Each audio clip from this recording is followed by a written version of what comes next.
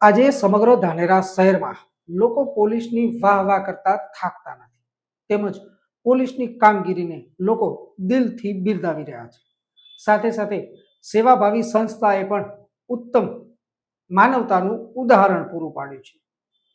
કઈ છે સેવાભાવી સંસ્થા અને લોકો કેમ પોલીસના વખાણ કરતા થાકતા નથી, જોઈએ અમારા આ એક વિશેષ રિપોર્ટમાં.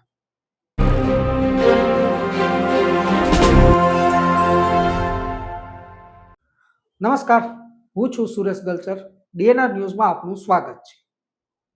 કાયદો અને વ્યવસ્થા જાળવવા માટે લાઠી પછાડતી પોલીસ પાછળ એક કોમળ હૃદય પણ હોય છે, તે આજે જોવા મળ્યું છે. વિગતવાર વાત કરીએ તો ધાનેરા રેલવે ઓવરબ્રિજ નીચે કોઈ વ્યક્તિઓ એક બીમારીથી પીડાતી મહિલાને મૂકીને જતા રહ્યા હતા. રાત્રે તે મહિલા તે જગ્યા પર અવાવરૂ જગ્યા પર પડી રહી અને વહેલી સવારે લોકોએ આ મહિલાને ત્યાં જોઈ તો લોકોના હોશ ઉડી ગયા હતા. બ્રિજની નીચે પડી રહેલી મહિલા, તેની આજુબાજુમાં પડી રહેલી દવા તેમજ ઓક્સિજન માસ્કને લઈ લોકોએ અનેક સવાલો ઉઠાવ્યા હતા. તે બાદ અમારી ટીમ પણ ત્યાં પહોંચી અને વિવિધ સેવાભાવી સંસ્થાઓનો સંપર્ક કર્યો. એજ્યુફંડ ફાઉન્ડેશન ટ્રસ્ટના પારસભાઈ સોનીની ટીમ પણ ઘટના સ્થળે આવી અને તે બાદ અમારા દ્વારા સમગ્ર ઘટનાને લઈ ધાનેરા પોલીસને જાણ કરવામાં આવી. પોલીસ ઇન્સ્પેક્ટર શ્રી એસડી ચૌધરીના માર્ગદર્શન હેઠળ ધાનેરા ટાઉનનો સ્ટાફ પણ તાત્કાલિક ઘટના સ્થળે આવ્યો અને મહિલાને સારવાર અર્થે ખસેડી. સૌ પ્રથમ તો મહિલાને ખીચડી ઘર ખાતે લઈ જવામાં આવી, ત્યાં તેને સ્નાન કરાવવામાં આવ્યું, સારા કપડાં પહેરાવવામાં આવ્યા અને તે બાદ તેને સારવાર અર્થે ધાનેરાની રેફરલ હોસ્પિટલ ખાતે ખસેડવામાં આવી. તે બાદ ધાનેરા પોલીસ ટીમ દ્વારા આ મહિલાના પરિવારજનોની શોધખોળ હાથ ધરવામાં આવી હતી.